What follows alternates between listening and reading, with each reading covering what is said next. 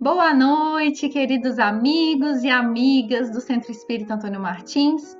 Estou muito feliz de estar com vocês mais essa noite para nós estudarmos juntos a doutrina espírita.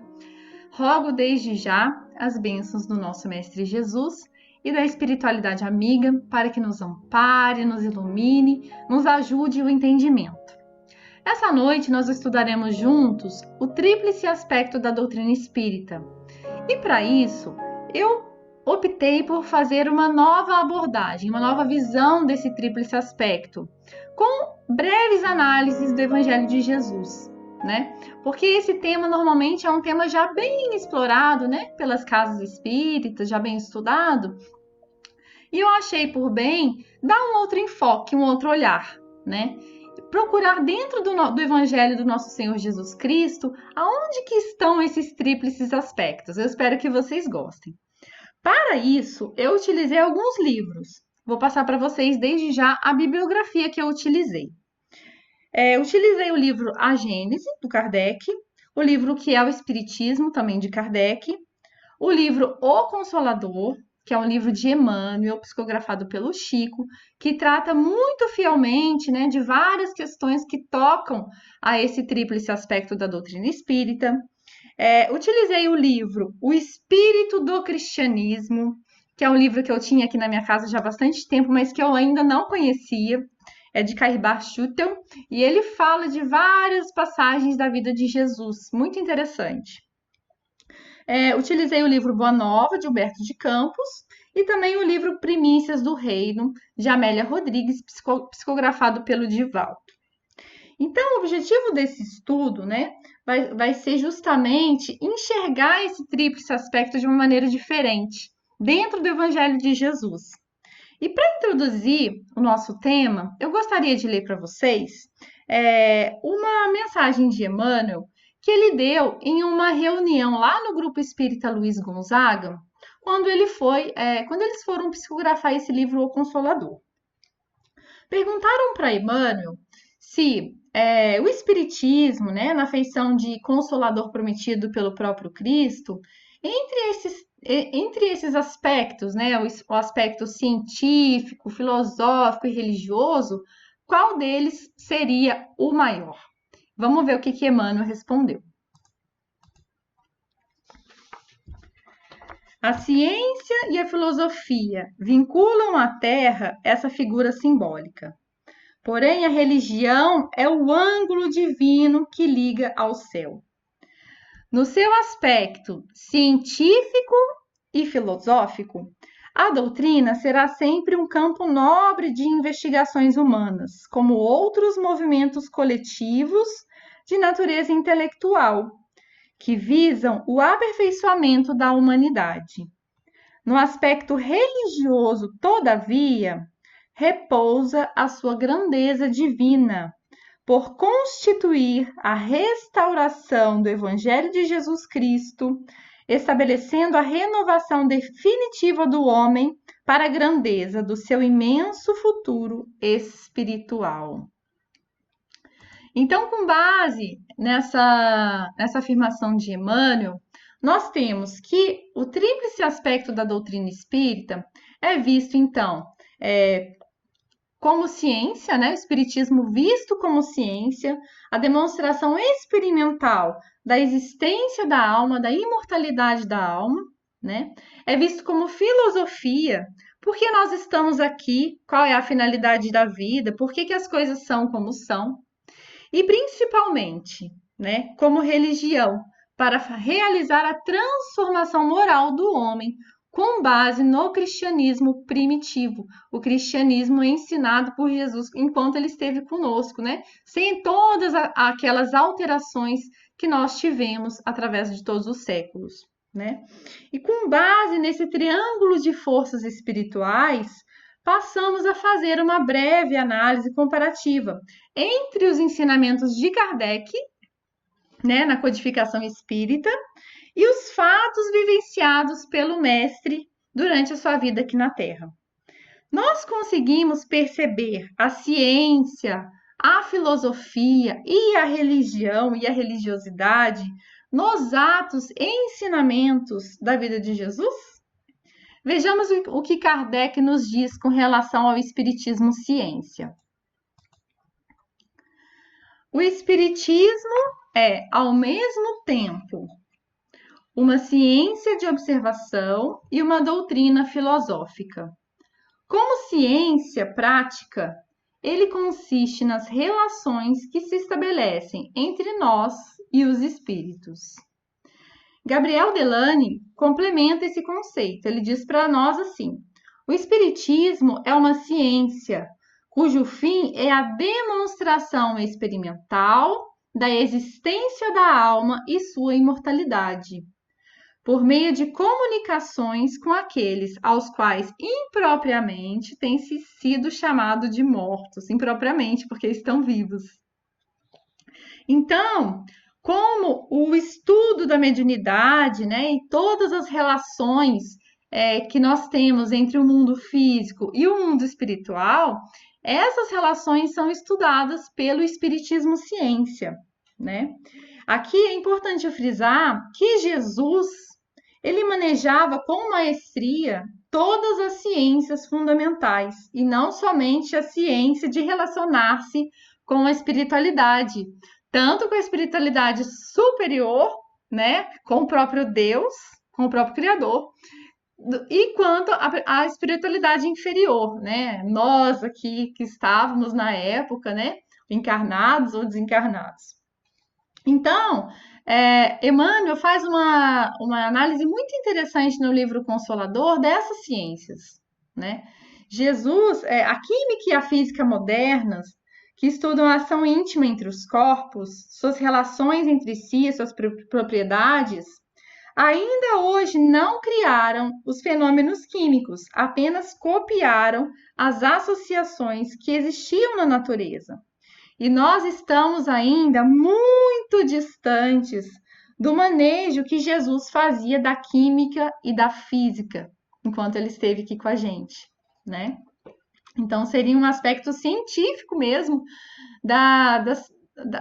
do poder de Jesus, né? Do poder espiritual, da autoridade espiritual de Jesus. A psicologia e a sociologia examinando a paisagem dos sentimentos e os problemas sociais. Jesus, já naquela época, era o psicólogo por excelência, que tratava somente com o olhar. Jesus, somente de olhar a pessoa, ele conseguia compreender o que se passava no seu íntimo e a pessoa já conseguia deslindar ali vários nós, né? Nós lembramos até de Maria de Magdala. Então, a biologia, significando a ciência da vida em suas profundezas. Ainda hoje, o homem não consegue criar uma única célula. Por mais que a ciência esteja avançada, o homem não consegue criar do nada uma célula, né? Que é uma das estruturas mais complexas do campo da vida. E Jesus já manejava com maestria a regeneração dos corpos. Então, todas as ciências, né?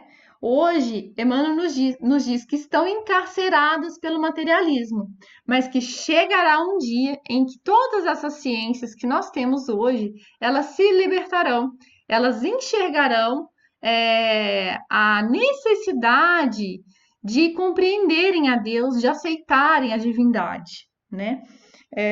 Todas as ciências volverão um dia a Deus. Vejamos então a ciência no Evangelho. Então, nós temos esse relato do endemoniado de Cafarnaum, que diz mais intimamente, né, mais, vamos dizer, em sentido estrito, desse relacionamento que Jesus tinha com os desencarnados, né? Então, nos diz o Evangelho de Marcos, entraram em Cafarnaum e no sábado seguinte, indo ele à sinagoga, pôs-se a ensinar. E admiravam-se do seu ensino, porque ele os ensinava como quem tinha autoridade e não como os escribas. Ora, estava na sinagoga um homem possesso de um espírito imundo, que gritou: Que temos nós contigo, Jesus Nazareno? Vieste destruir-nos? Bem sei quem és, és o Santo de Deus. Mas Jesus repreendeu-o, dizendo: cala-te e sai desse homem. Então, o espírito imundo, agitando-se violentamente, bradando em alta voz, saiu dele. E todos ficaram tão admirados que uns e outros perguntavam: que é isso? Uma nova doutrina com autoridade? Ele manda aos próprios espíritos imundos e eles o obedecem. Então, é uma passagem muito interessante que demonstra a autoridade de Jesus perante os espíritos que lhe são inferiores, né? Todos nós, inclusive. A expressão espírito imundo, já naquela época, era utilizada para designar os espíritos rebeldes, maliciosos, endurecidos, né? E já era crença comum que as pessoas adoeciam não somente de doenças físicas, né, materiais. Já era crença comum que os espíritos imundos, malignos, poderiam também causar influências psíquicas que causavam adoecimento, né? Ali os fariseus, né, os religiosos da época chamavam de demônios, né?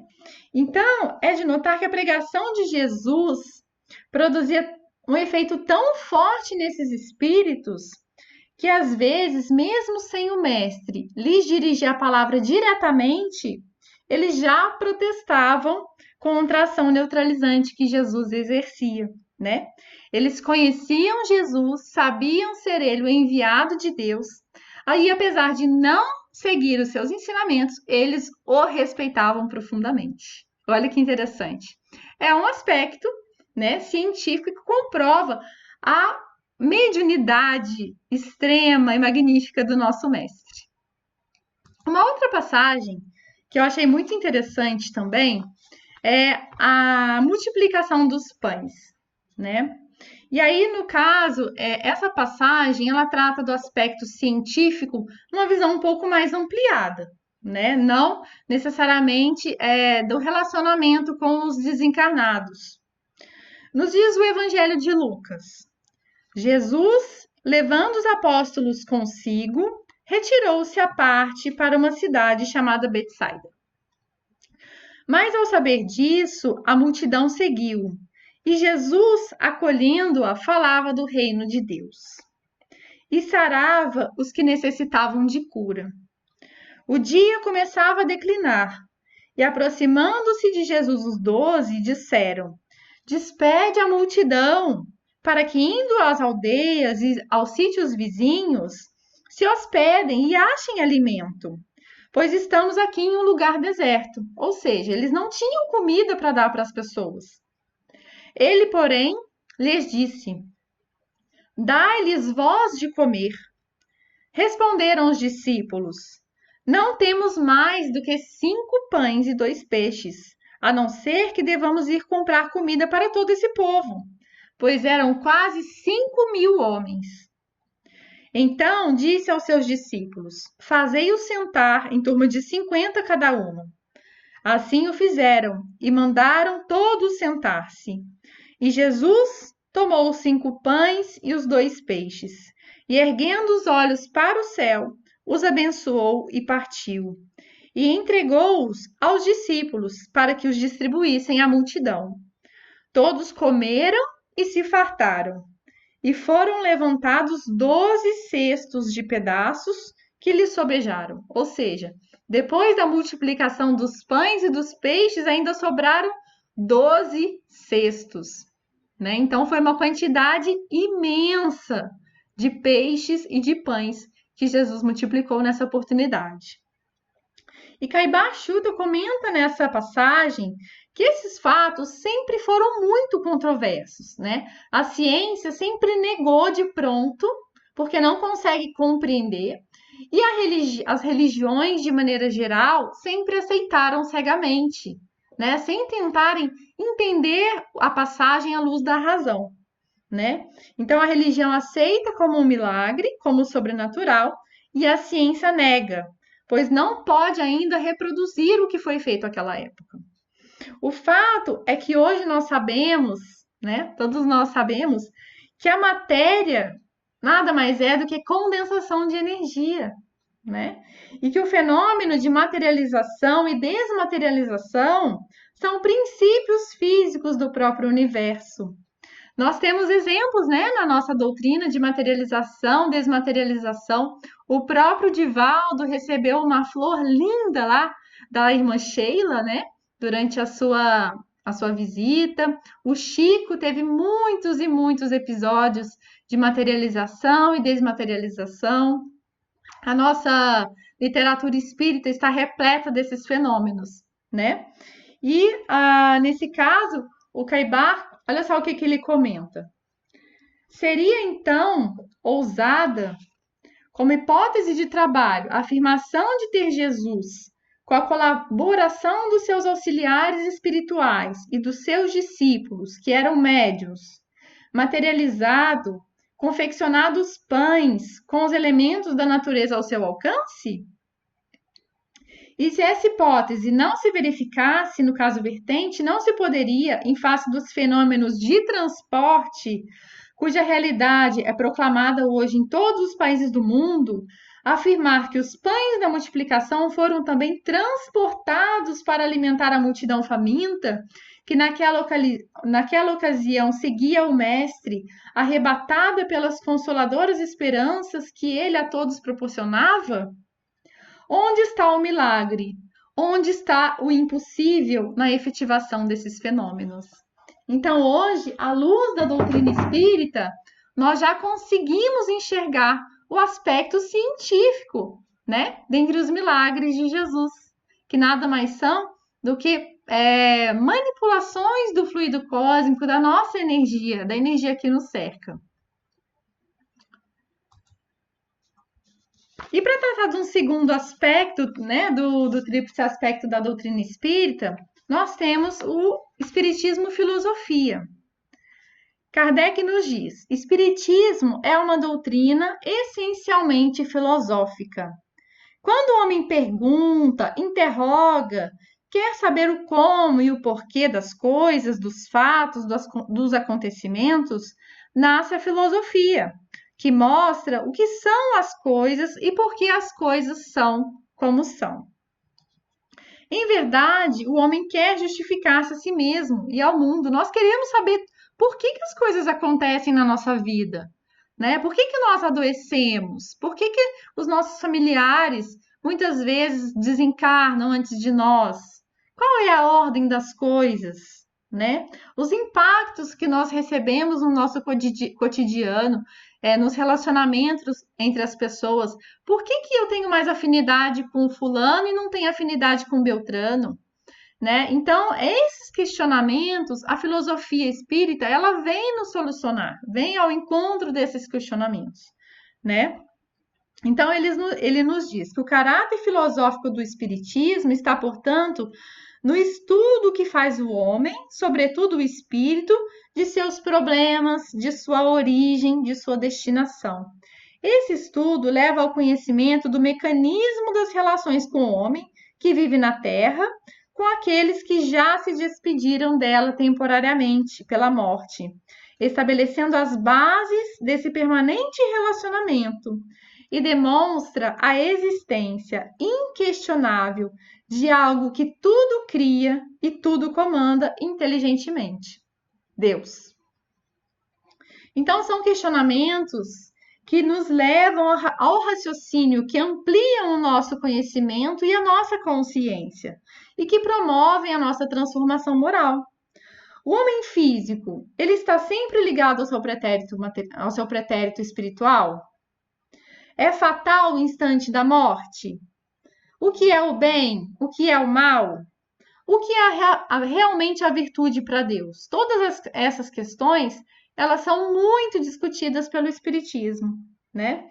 Então, Emmanuel até diz que a filosofia espírita é a interpretação sintética das atividades e dos acontecimentos da vida do espírito. Como que nós interpretamos o que nos acontece, né?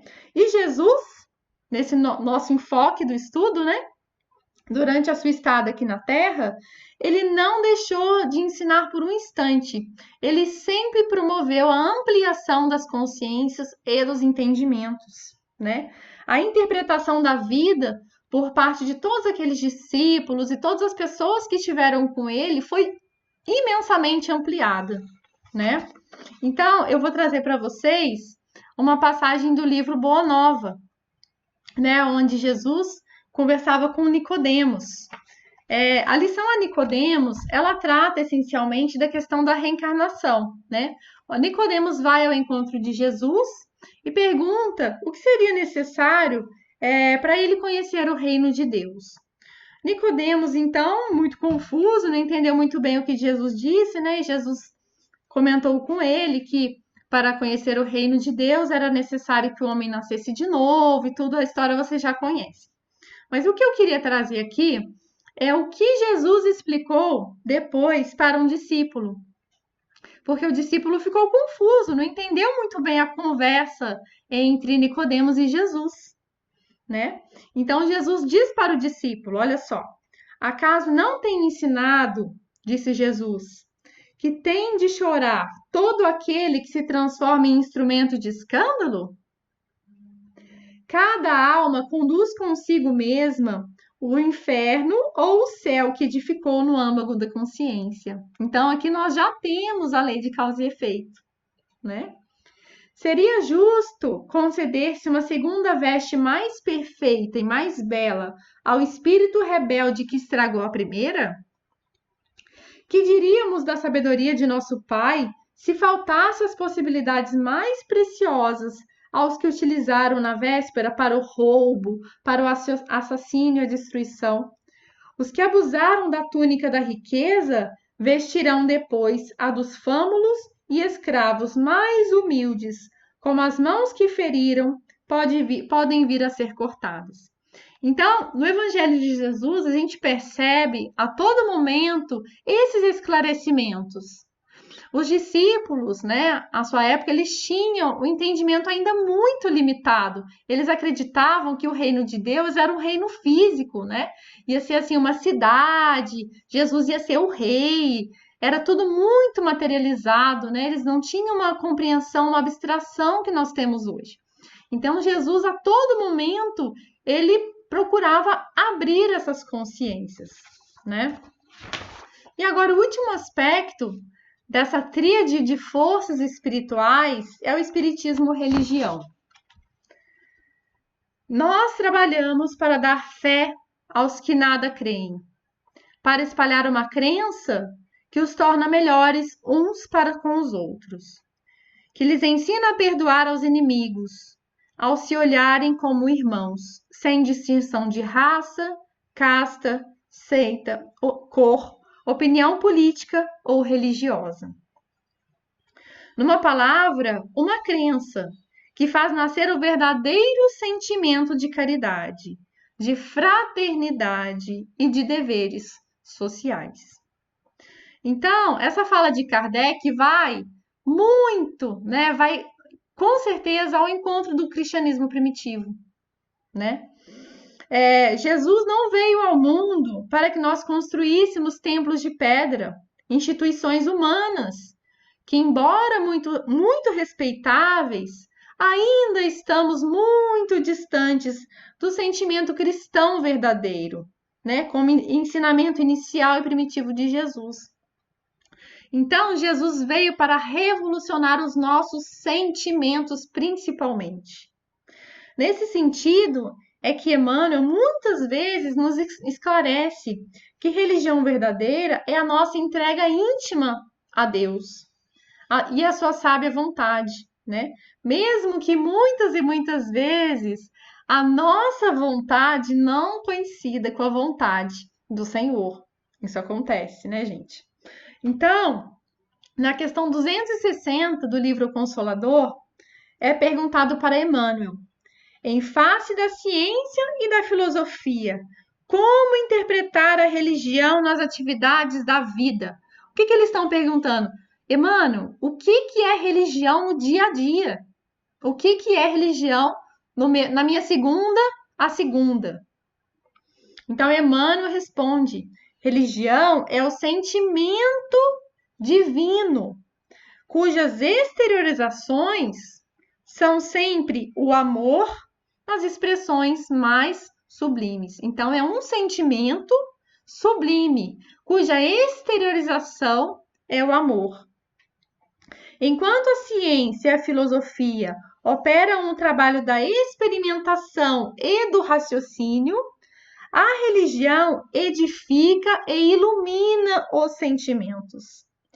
As primeiras, ou seja, a ciência e a filosofia, se irmanam na sabedoria. A segunda personifica o amor, as duas asas divinas, com que a alma humana penetrará um dia nos pórticos sagrados da espiritualidade. Então, nós temos que a religião verdadeira é um sentimento.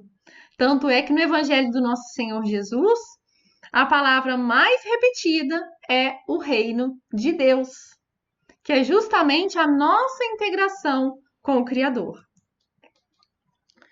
Jesus veio então principalmente para nos ensinar o caminho de volta para o Pai. Ele diz, Jesus lhe diz, eu sou o caminho, a verdade e a vida, né? Então, Jesus, nas passagens, durante toda a sua vida, todo o seu evangelho, ele nos ensina um caminho, né? Ele nos ensina o nosso caráter espiritual e abre a nossa visão para o nosso grande futuro, muito, muito além da Terra, né? Esse planeta de provas e expiações. Nós estamos aqui temporariamente. Somos espíritos eternos, viveremos ainda em muitos planetas, em muitos locais diferentes. Levemos o nosso pensamento agora, por instantes, para a última ceia. No livro Boa Nova, Jesus, nos derradeiros momentos da sua passagem aqui na Terra, né, já preparando os discípulos para a sua partida, houve a seguinte questão: Mestre, como pode ser isso? Se sois o modelo supremo da bondade, o sofrimento será então o prêmio às vossas obras de amor e sacrifício? Jesus, no entanto, sem trair a serenidade do seu sentimento, respondeu. Então, olha só o que os discípulos estão perguntando para Jesus. Jesus, como assim? O Senhor é a encarnação da bondade e do amor de Deus aqui na Terra. E o prêmio por tudo que o Senhor fez vai ser a morte, vai ser o sacrifício? Olhem bem a resposta de Jesus.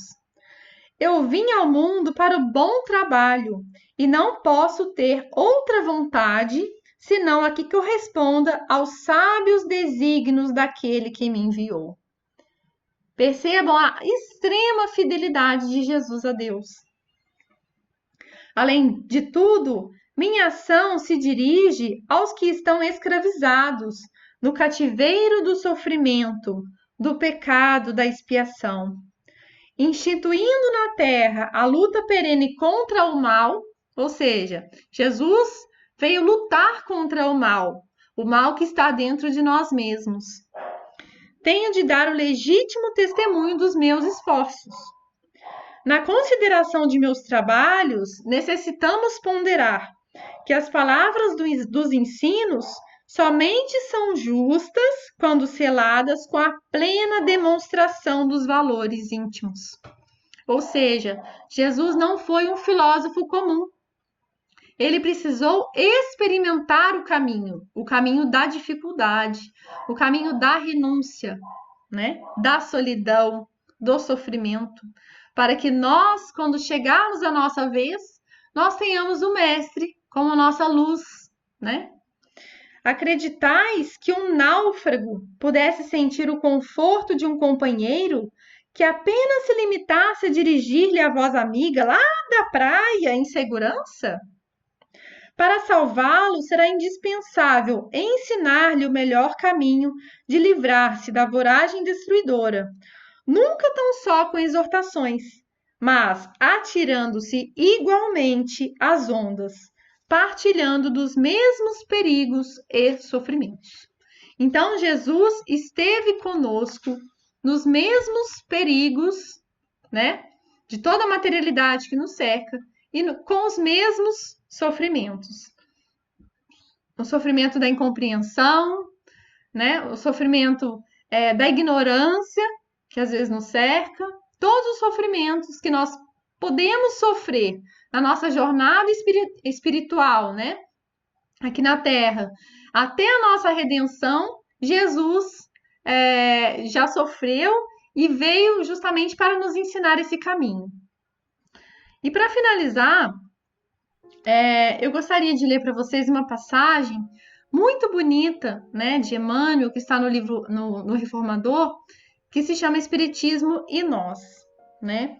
Eu espero que tenha ficado claro a intenção que eu tive de focar no Evangelho de Jesus, em enxergar o tríplice aspecto na vida de Jesus e no próprio Cristo, né?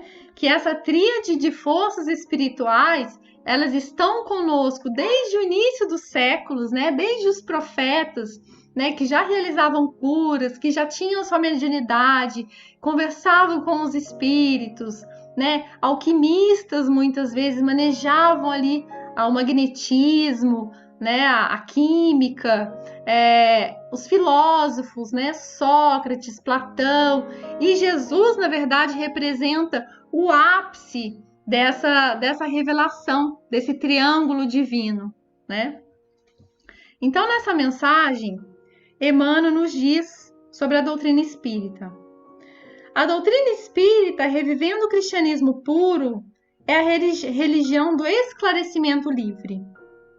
A doutrina espírita, revivendo o cristianismo puro, é a religião do despreendimento.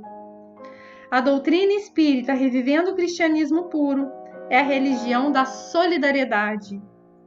A doutrina espírita, revivendo o cristianismo puro, é a religião do pensamento reto. A doutrina espírita, revivendo o cristianismo puro, é a religião da assistência gratuita.